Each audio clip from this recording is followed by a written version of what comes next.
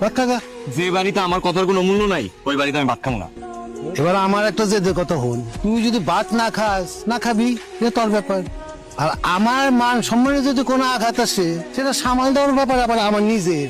আমি তোমার একটা কথা কয়ে দেই, আমার ভালোবাসার থেকে কারো মান সম্মান বড় না।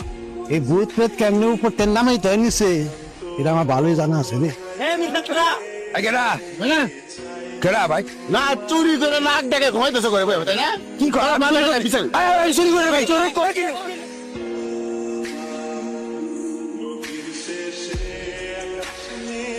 বিশ্বাস করেন আমার আব্বা চুরি করে নাই, আব্বা এখন কাজ করে খায়। বাপ তার সন্তানের কাছে মিছা কথা কয়, আবার ভাত হাতে নিয়ে। আজকে সকাল 11টায় আব্বার চুরির বিচার হয়। তাই তাইলে সভাপতি সাহেব আপনি শুরু করে দেন। এই মইনা এই গ্রামে যখন প্রথম আসছে তখন আমি মানবতার খাতিরে থাকতে দিচ্ছি, আর ওর বউ বাচ্চারা আমার বাড়িতে কাজ দিচ্ছি। এই কি করছো ক? গতকাল রাইতা আমি কেবল খাইয়া দিয়ে শুইছি।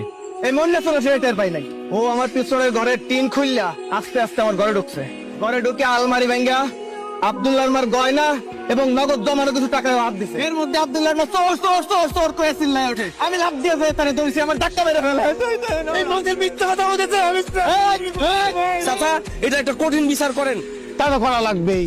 তাহলে আমি একটা সিদ্ধান্ত নিতেছি, এটা যদি আমার এই গ্রামে রাখি তাহলে আমার গ্রামের বদনাম হবে। তাহলে আমি সিদ্ধান্ত দিতেছি ও সারা শরীরে 100 ব্যাট মারা হবে, আর কালকে সকালে ভোর হওয়ার আগে ওর বউ বাচ্চা এই গ্রাম থেকে চলে যাবে।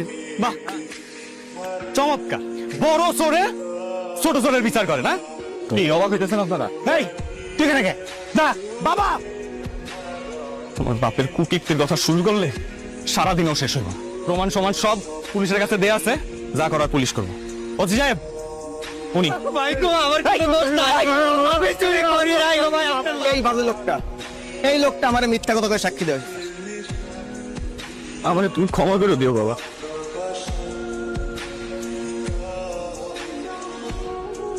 মা তুমি কি আমার উপর রাগ করছো? না, রাগ করিনি। সব সন্তানের এত সাহস থাকে না।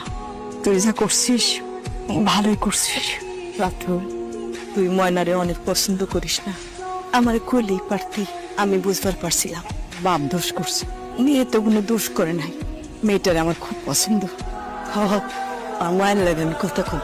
রাতুল ময়নাকে বোঝাতে সক্ষম হয়েছে যে ভালোবাসা কাছে থেকেই সুন্দর, তাই